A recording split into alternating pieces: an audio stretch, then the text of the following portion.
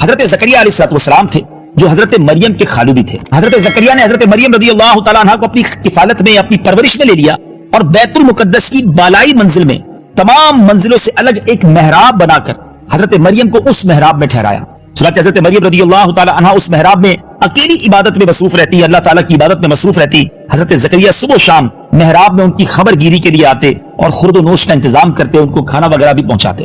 چند دنوں میں حضرت مریم رضی اللہ تعالیٰ عنہ کی محراب کے اندر یہ کرامت نمودار ہوئی کہ جب حضرت زکریا علیہ السلام محراب میں جاتے تو وہاں سردیوں میں گرمی کے پھل اور گرمیوں میں سردی کے پھل انہیں نظر آتے. حضرت زکریا علیہ السلام نے حیران ہو کر پوچھا کہ اے مریم یہ پھل کہاں سے تمہارے پاس آتے ہیں؟ تو حضرت مریم یہ جواب دیتی کہ یہ پھل اللہ کی طرف سے آتے ہیں اور اللہ جس کو چاہتا ہے بلا حساب روزی دیتا ہے. حضرت زکریا علیہ السلام کو اللہ عز و جل نے نبوت کے شرف سے نوازا تھا, مگر ان کی کوئی اولاد نہیں تھی اور وہ بالکل ضعیف ہو چکے تھے. برسوں سے ان کے دل میں فرزند کی, بیٹے کی تمنا تھی. بار بار انہوں نے گر گڑا کر اللہ تبارک و تعالیٰ سے اولاد نرینہ کے لیے دعا بھی مانگی تھی, مگر خدا کی شان بے نیازی کہ ابھی تک انہیں اولاد نصیب نہ ہوئی تھی. جب انہوں نے حضرت مریم رضی اللہ تعالی عنہا کی محراب میں یہ کرامت دیکھی کہ اس جگہ بے موسم کا پھل آ جاتا ہے, تو ان کے دل میں یہ خیال آیا کہ میری عمر بھی اب اتنی ضعیفی والی ہو چکی ہے کہ اب میرے یہاں اولاد کے پھل کا موسم تو ختم ہو گیا ہے, مگر میرا رب جب چاہے اپنی قدرت کا نظارہ دکھا سکتا ہے. تو حضرت مریم رضی اللہ تعالی عنہا کی محراب میں انہوں نے دعا مانگی, اللہ سے پھر اولاد کی دعا مانگی اور اللہ تعالیٰ نے آپ کی دعا قبول کر لی اور بڑھاپے میں آپ کو فرزند عطا کیا جس کا نام خود اللہ عز و جل نے یحییٰ رکھا, اور اللہ تعالیٰ نے ان کو بھی نبوت کا شرف عطا فرمایا. سبحان اللہ, سبحان اللہ. ناظرین کیا کمال کی بات ہے. اب آئیے اس خوبصورت واقعے کو رب عز و جل نے قرآن پاک میں خود کیسے بیان فرمایا ہے, قرآن پاک کی تلاوت سنتے ہیں, اس کا ترجمہ سنتے ہیں اور پھر بات کو آگے لے کے چلتے ہیں. یہ واقعہ قرآن پاک میں تیسرے پارے سورہ آل عمران آیت نمبر 37 سے لے کر 39 میں موجود ہے. تو اسے اس کے رب نے اچھی طرح قبول کیا اور اسے اچھا پروان چڑھایا اور اسے زکریا کی نگہبانی میں دیا. جب زکریا اس کے پاس اس کی نماز پڑھنے کی جگہ جاتے, اس کے پاس نیا رزق پاتے. کہا اے مریم یہ تیرے پاس کہاں سے آیا؟ بولی وہ اللہ کے پاس سے ہے, بے شک اللہ جسے چاہے بے گنتی دے. یہاں پکارا زکریا اپنے رب کو, بولا اے رب میرے مجھے اپنے پاس سے دے ستھری اولاد, بے شک تو ہی ہے دعا سننے والا. تو فرشتوں نے اسے آواز دی اور وہ اپنی نماز کی جگہ کھڑا نماز پڑھ رہا تھا. بے شک اللہ آپ کو مژدہ دیتا ہے یحییٰ کا, جو اللہ کی طرف کے ایک کلمہ کی تصدیق کرے گا, اور سردار اور ہمیشہ کے لیے عورتوں سے بچنے والا اور نبی ہمارے خاصوں میں سے. جی ناظرین کمال کا واقعہ ہے. حضرت زکریا علیہ السلام کی دعا کس انداز سے رب نے قبول کی, بیٹا دیا تو وہ بھی کیسا دیا اور اسے نبوت کا شرف بھی عطا کیا. اس خوبصورت واقعے سے مجھے اور آپ کو آج کیا سیکھنا ہے؟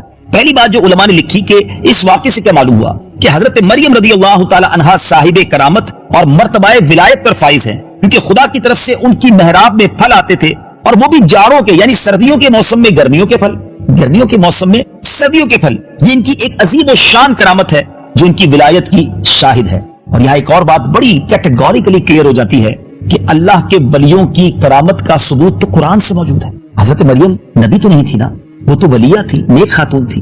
تو جب قرآن ذکر کر رہا ہے, یہ واقعہ آپ نے سنا, قرآن میں بھی تلاوت سنی آپ نے, جب قرآن اللہ اپنے نیک بندوں کے بارے میں خود ہمیں قرآن کے ذریعے بتا رہا ہے کہ ان کی کرامتیں پاسبل ہیں, تو اگر آج کوئی کسی اللہ کے ولی کی کرامت کو بیان کرتا ہے اس میں کوئی کانفلکٹ نہیں ہے. کرامت کا ثبوت تو قرآن سے موجود ہے نا ناظرین. اور اسی طرح ایک اور بڑا خوبصورت واقعہ آپ نے سنا ہوگا کہ حضرت سلیمان علیہ السلام جب ملکہ بلقیس کا تخت لانا چاہتے تھے تو ملک شام سے یعنی مصر سے وہ بہت دور تھا, ہنڈریڈز مائلز دور تھا اور بہت بڑا تخت تھا. مگر قرآن کہتا ہے نا کہ آپ کے ساتھ بیٹھے ہوئے ایک ایسا شخص جس کے پاس کتاب کا علم تھا, ان کے بارے میں بتایا جاتا ہے ان کا نام آصف بن برخیہ تھا, اور انہوں نے کہا تھا کہ حضور میں آپ کے پلک جھپکنے سے پہلے وہ تخت یہاں لا سکتا ہوں, اور ایسا ہی ہوا. قرآن میں اس کا ذکر ہے. تو اب بتائیے نا کہ جب قرآن اولیاء کرام کی, اللہ تعالیٰ کے نیک بندوں کی کرامتوں کو ذکر کر رہا ہے تو پھر ہمیں کیا پرابلم ہے؟ اللہ تعالیٰ جسے چاہے جو اختیار دے. مگر اس کرامتوں کے بارے میں جو کنفیوژن پیدا ہو جاتی ہے وہ میں آج کلیئر کر دیتا ہوں. بیسیکلی اگر کوئی شخص یہ سمجھتا ہے کہ اگر اللہ کا کوئی ولی, صحابی رسول یا نبی جو اس طرح کی کرامت یا اس طرح کی کوئی مدد فرماتے ہیں وہ اپنی طرف سے فرماتے ہیں تو یقیناً یہ شرک ہے. لیکن اگر کوئی یہ سمجھتا ہے کہ اللہ کی عطا سے, اللہ کی مہربانی سے اللہ تعالیٰ انہیں کچھ عطا فرماتا ہے, یہ کمالات, اور وہ اس طرح کی کرامتیں دکھاتے ہیں, اللہ کی عطا ہے نا, اللہ چاہتا ہے تو یہ کرتے ہیں, تو اس میں میرا خیال ہے کوئی کنفیوژن نہیں ہونی چاہیے. اب آتے ہیں اس خوبصورت واقعے سے ایک اور سبق کیا ملا کہ اللہ تعالیٰ کے بندے یا اللہ والیاں جہاں عبادت کریں وہ اس جگہ اس قدر مقدس ہو جاتی ہے کہ وہاں رحمت خداوندی کا نزول ہوتا ہے. اور وہاں پر دعائیں قبول ہوتی ہیں. اللہ کے نبی کا یہ عمل ہمیں بتا رہا ہے کہ حضرت زکریا علیہ السلام پہلے بھی دعائیں کر چکے تھے, مگر ایگزیکٹلی اس محراب میں جا کر کیوں دعا کی؟ کہ ان کا یہ ماننا تھا کہ جہاں اللہ کے نیک بندے عبادت کریں وہاں رحمتیں نازل ہوتی ہیں. جہاں اللہ کے نیک بندے عبادت کریں وہ جگہ دعاؤں کی قبولیت کی جگہ بن جائے. تو جہاں اللہ کے نیک بندوں کے مزارات ہوں وہاں جا کر بھی اگر رب سے مانگا جائے تو انشاءاللہ اللہ بڑا کریم, مانگنا تو رب سے ہی ہے نا, انشاءاللہ رحمتیں ہوں گی, دعائیں قبول ہو جائیں گی. تو ایسے مقامات جو مقدس مقامات ہوں, جیسے دعا کے آداب میں بھی علماء نے لکھا کہ مکہ شریف میں جا کر دعا مانگے, دعا قبول ہوگی انشاءاللہ. اور کعبے کے سامنے جائے تو اور امپورٹنٹ ہے, اور برکت والی جگہ ہے. صفا مروہ جس کو اللہ نے اپنی نشانی قرار دیا وہ دعاؤں کی قبولیت کا مقام ہے. تو مکہ پاک اور مدینہ طیبہ تو پورا کا پورا ہی دعاؤں کی قبولیت کے مقام ہے. اور پھر وہ تمام جگہیں جن کا ذکر قرآن میں عزت کے ساتھ احترام کے ساتھ بیان ہوا, ان جگہوں پر جا کر دعائیں مانگیں, اولیاء کرام کی قرب میں جا کر دعائیں مانگیں تو ضرور انشاءاللہ دعائیں قبول ہوں گی. اور ایک اور بات بھی سیکھنے کو ملی ناظرین, بظاہر تو حضرت زکریا علیہ السلام بہت ضعیف ہو گئے تھے. ایک طرح سے انسان اس عمر میں جا کے مایوس ہو جاتا ہے, مگر آپ نے ہمت نہیں ہاری, آپ نے دعا کی, اللہ کی رحمت سے مایوس نہیں ہوئے. بہت سارے ناظرین ایسے ہوتے ہیں جو اگر کسی مشکل میں آ جائے نا اب مایوس ہو جاتے ہیں کہ نہیں جناب میرا تو مسئلہ حل ہی نہیں ہو سکتا, میں تو اتنی بڑی پرابلم میں آ گیا, اب میں نکل ہی نہیں سکتا, اب میرے لیے ناممکن ہے اس پرابلم سے باہر آنا. ہو سکتا ہے اس وقت مجھے کوئی بیمار دیکھ رہے ہوں, پریشان حال دیکھ رہے ہوں, قرضے میں ڈوبا میرا کوئی بھائی مجھے دیکھ رہا ہو, یا گھریلو پریشانیوں میں کوئی ڈوبا ہوا شخص دیکھ رہا ہو. ایک بات سمجھیے ناظرین, میری اور آپ کی جو پرابلم ہے نا وہ ہمارے لیے بہت بڑی ہے مگر وہ اللہ کے لیے بہت بڑی نہیں ہے. ان اللہ علی کل شیء قدیر, میرا رب جو چاہے وہ کر سکتا ہے. میں اور آپ سمجھ رہے ہیں نا کہ پرابلم یہ پاسبل ہی نہیں ہے. نہیں ناظرین, میرے اور آپ کے لیے پاسبل نہیں, رب کے لیے تو پاسبل ہے نا. وہ ہمارا جب مددگار بن جائے, ہم اس سے دعا مانگے, اس کی بارگاہ میں گر گڑائے, وہ کرم فرمائے, ہر مشکل سالو ہو سکتی ہے. میں اس کو ایک فزیکل ایک نارمل سی ایگزامپل کے ذریعے سمجھاتا ہوں. آپ نے دیکھا ہوگا گھر میں بھی بعض اوقات چونٹیاں ہوتی ہیں.